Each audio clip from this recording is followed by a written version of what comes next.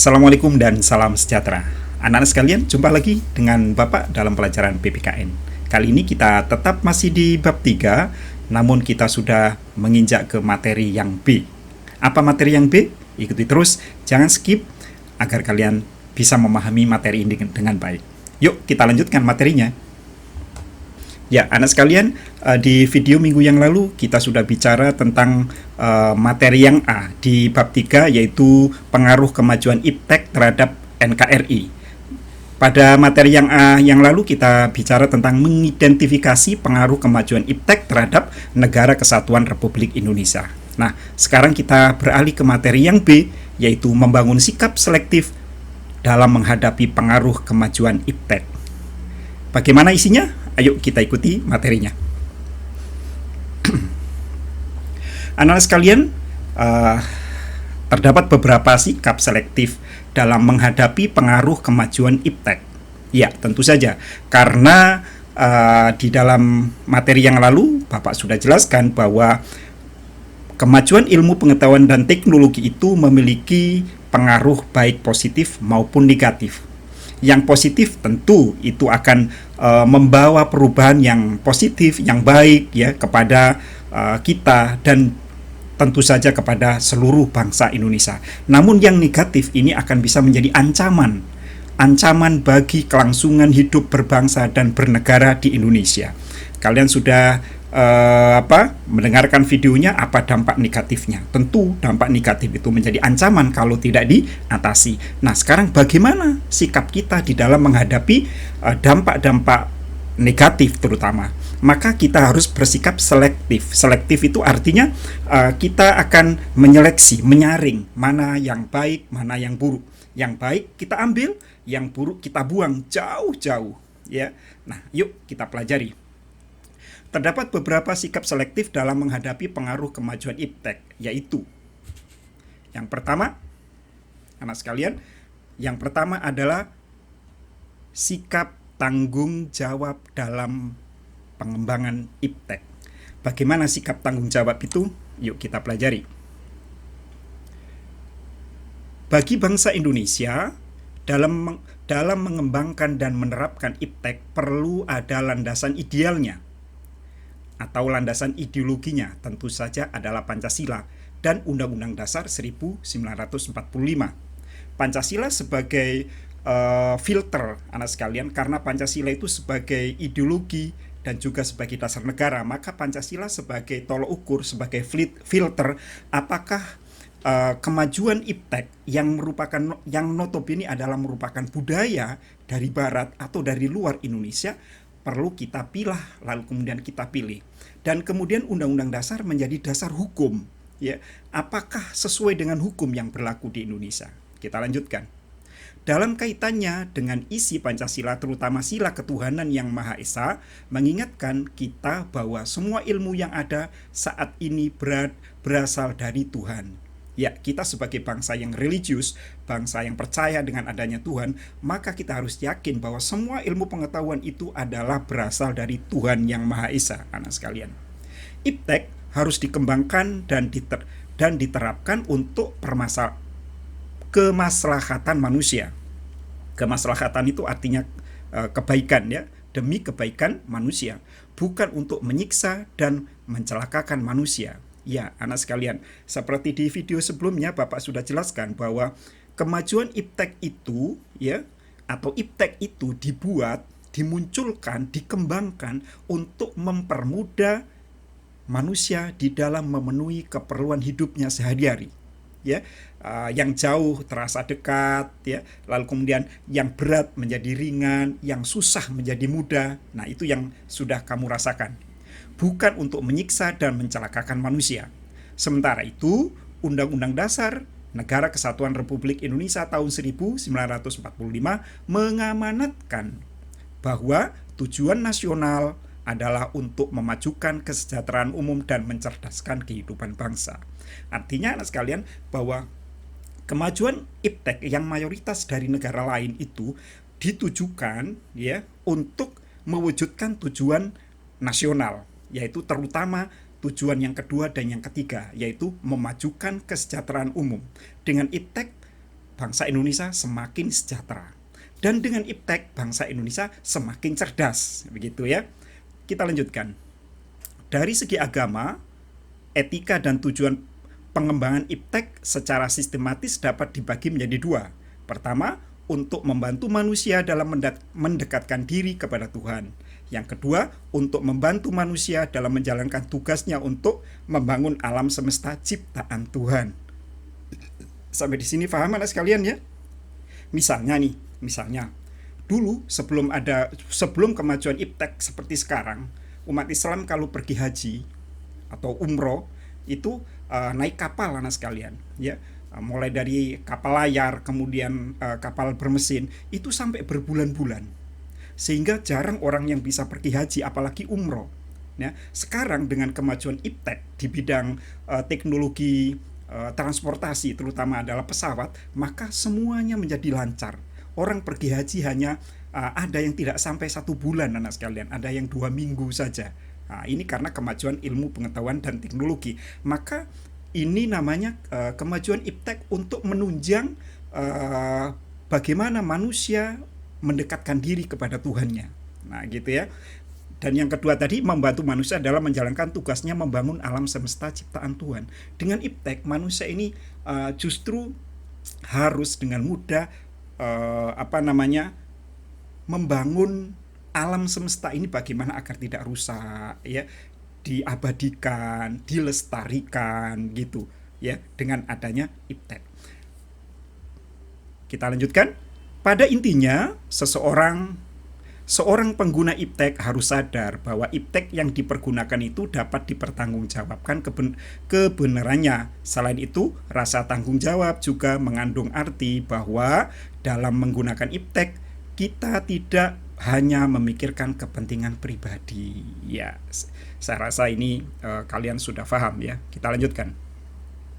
Nah, sekarang sikap selektif terhadap pengaruh kemajuan IPTEK. Kalau tadi sikap tanggung jawab ya, sekarang selektif terhadap kemajuan IPTEK. Terdapat 3 sikap alternatif yang bisa dilakukan oleh bangsa kita dalam menghadapi kemajuan IPTEK sebagai berikut. 1.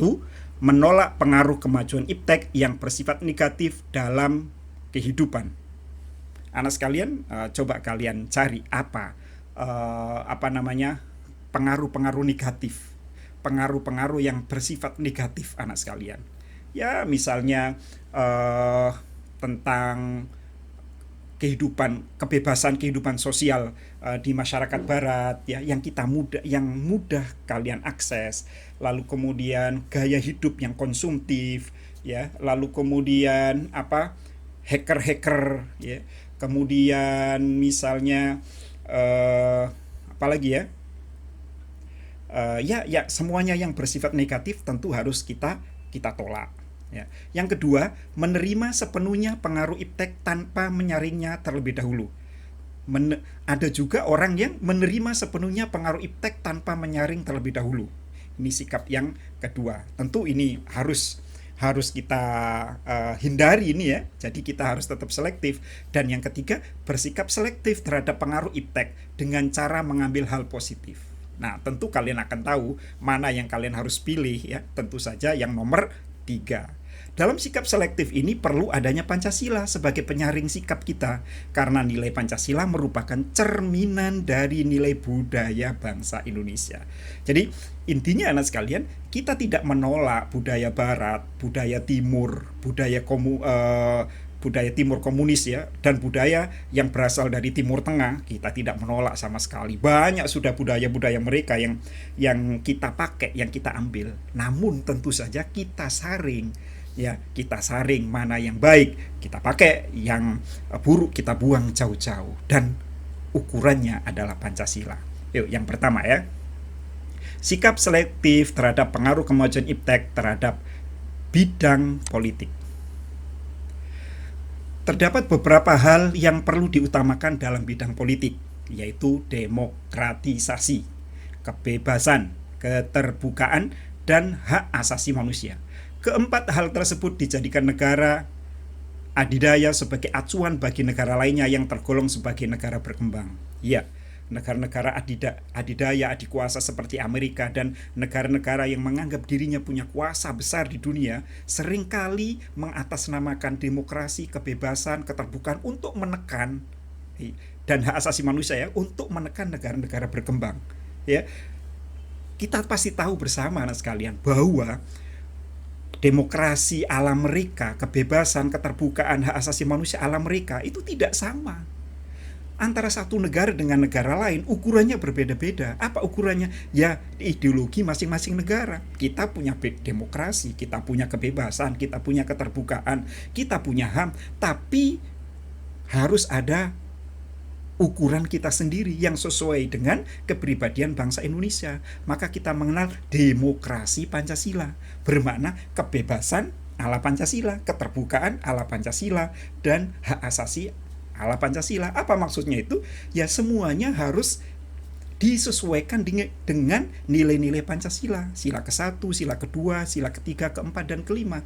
Apakah demokrasi itu bertentangan dengan ketuhanan, dengan kemanusiaan, dengan kebangsaan, dengan kerakyatan ala Indonesia, dan dengan keadilan sosial ala Indonesia?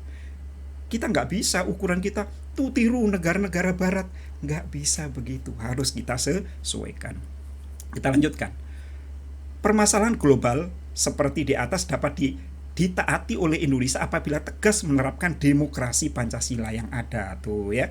Melalui paham inilah akan tercipta pemerintahan yang kuat, mandiri dan tahan uji serta mampu mengantisipasi konflik yang ingin menghancurkan persatuan dan kesatuan bangsa Indonesia. Dalam mewujudkan hal itu, bangsa Indonesia perlu mewujudkan hal sebagai berikut. 1. Ya, perhatikan agar demokratisasi Pancasila bisa terwujud ya, dan hal-hal yang tadi bisa terwujud, lakukan 5 hal ini. Yang pertama, mengembangkan demokratisasi dalam semua bidang. Tentu saja demokrasi ala Pancasila.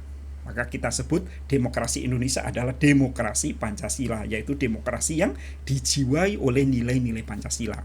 Yang kedua, mengaktifkan masyarakat sipil dalam arena politik.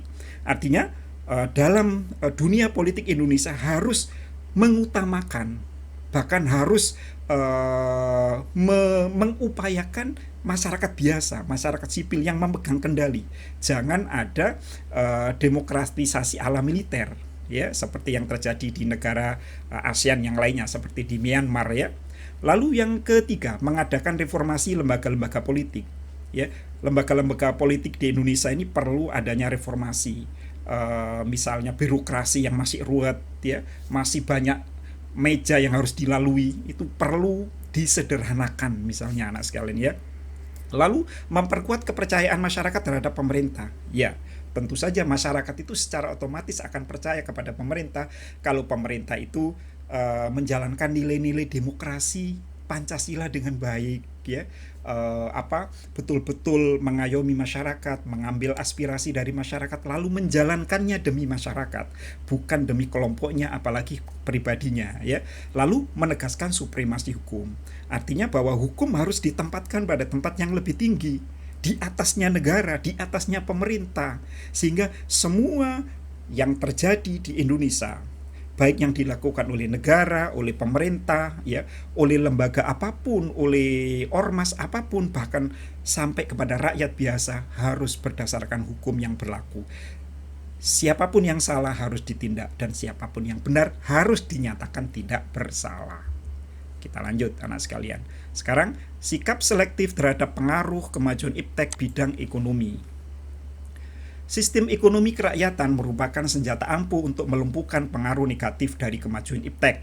Untuk mewujudkan hal tersebut perlu dilakukan dengan segera. 1. Sistem ekonomi dikembangkan guna memperkuat produksi dalam negeri untuk meningkatkan kesejahteraan masyarakat Indonesia. Ya, betul anak sekalian. Ini sungguh berat karena sekarang era globalisasi, pasar bebas terutama ya. Di dalam pasar bebas anak sekalian, barang-barang dari luar negeri yang lebih bermutu dan harganya lebih murah akan menyerang masuk ke Indonesia.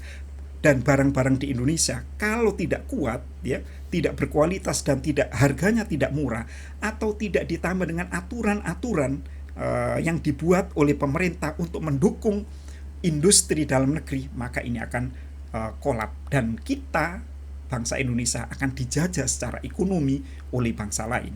Yang kedua, menjadikan pertanian sebagai prioritas utama karena mayoritas penduduk Indonesia bermata pencaharian sebagai petani. Kalian pernah dengar nggak bahwa Indonesia itu adalah negara agraris? Artinya mayoritas penduduk Indonesia itu bermata pencaharian sebagai petani.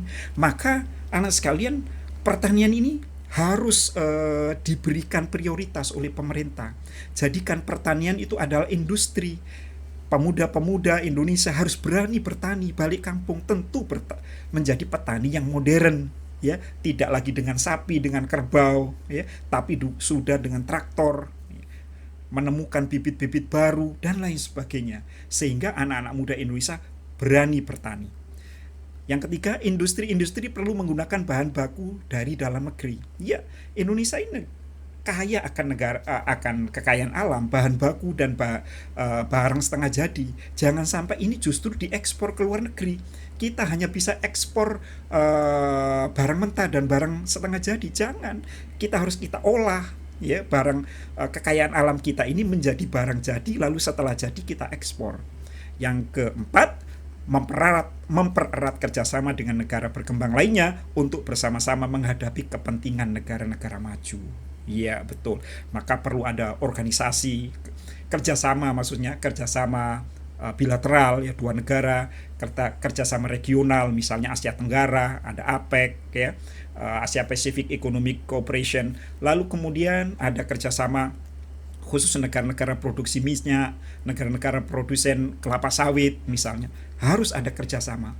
Seperti yang dihadapi Indonesia sebagai produsen minyak kelapa sawit terbesar di dunia, lalu negara Eropa membantah, ya, mengecam, tidak mau menerima juga, maka harus kerjasama dengan negara lain. Siapa itu? Malaysia misalnya, sebagai produsen atau penghasil kelapa sawit juga yang terbesar. Kerjasama, dilawan. Maka Indonesia kemudian mengembangkan minyak kelapa sawit itu menjadi biodiesel. Nah, bisa dipakai sendiri, nggak dibeli oleh Eropa, nggak masalah, karena kita sudah bisa membuatnya menjadi diesel, menjadi aftur, ya, bahan bakar pesawat, dan itu sudah diuji coba dan pesawatnya bisa terbang. Ya, itu luar biasa. Dunia lain, negara lain belum bisa melakukan itu. Kita lanjutkan, anak sekalian. Nah, sekarang sikap selektif terhadap pengaruh kemajuan iptek di bidang sosbud atau sosial budaya. Ini yang sering kita alami, ya, dalam kehidupan sehari-hari. Kemajuan iptek paling ditandai dengan adanya kemajuan ilmu pengetahuan dan teknologi. Agar hal tersebut bersifat positif, maka kita perlu merubah nilai dan perilaku sebagai berikut. 1. Terbuka terhadap inovasi dan perubahan yang baru. Ya, Bapak rasa kalian sudah melakukan ini. Kalian sudah adanya terbuka, ya, pikiran, ya, open minded, berorientasi pada masa depan, ya, bukan berorientasi pada masa lalu. Masa depan ini harus bagaimana, ya, negara ini harus bagaimana, diri saya pribadi harus bagaimana, semuanya diarahkan ke masa depan. Dapat menggunakan kegunaan iptek dengan baik, ya. Gunakan iptek sebaik-baiknya. Anak sekalian, contohnya handphone saja. Walaupun iptek itu tidak hanya handphone, ya. Handphone itu yang kita punya namanya saja smartphone, ya, telepon pintar. Telepon pintar ini harus kita gunakan sepintar-pintarnya untuk kepintaran kita. Kita harus menguasai kepintarannya dan jangan terbalik, kita dikuasai oleh handphone, ya. Di dalam handphone itu terlalu banyak positifnya. Kalau terlalu banyak positifnya, kenapa yang kalian gunakan hanya negatifnya saja? Tentu ini tidak benar, ya. Harus kita gunakan positifnya dan kita tutup, ya, yang negatifnya.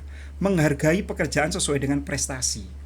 Ya, zaman sekarang anak sekalian, kadang ijazah itu kurang, ya, kurang digunakan seperti yang dikatakan oleh Microsoft misalnya, ya, pemilik Microsoft atau pemilik Google, ya. Mereka di dalam menerima karyawan tidak lagi berdasarkan ijazah, tapi berdasarkan prestasi. Apa yang dia bisa dari calon karyawan itu, ya, lulusan apapun, kalau dia bisa melakukan pekerjaan yang diperlukan, ya diangkat, gitu, ya. Menghormati dan menghargai hak asasi manusia, ya. inti dari kedamaian dunia ini, anak sekalian. Dunia ini akan damai, akan tentram, ya, tidak jadi konflik, tidak terjadi konflik jika setiap manusia menghargai hak asasi manusia orang lain, seperti yang diamanatkan atau diatur di dalam pasal 28J ayat 1 dan 2. Ya, jadi kuncinya adalah kita harus menghormati dan menghargai hak asasi manusia orang lain, maka semuanya akan damai, anak sekalian. Nah, itulah anak sekalian pembahasan kita pada kali ini tentang sikap selektif, ya, membangun sikap selektif dalam menghadapi pengaruh kemajuan iptek. Oke, anak sekalian, itulah tadi materi yang kita bahas pada kali ini. Mudah-mudahan kalian semua bisa memahaminya dengan baik. Terima kasih atas perhatiannya. Assalamualaikum dan salam sejahtera.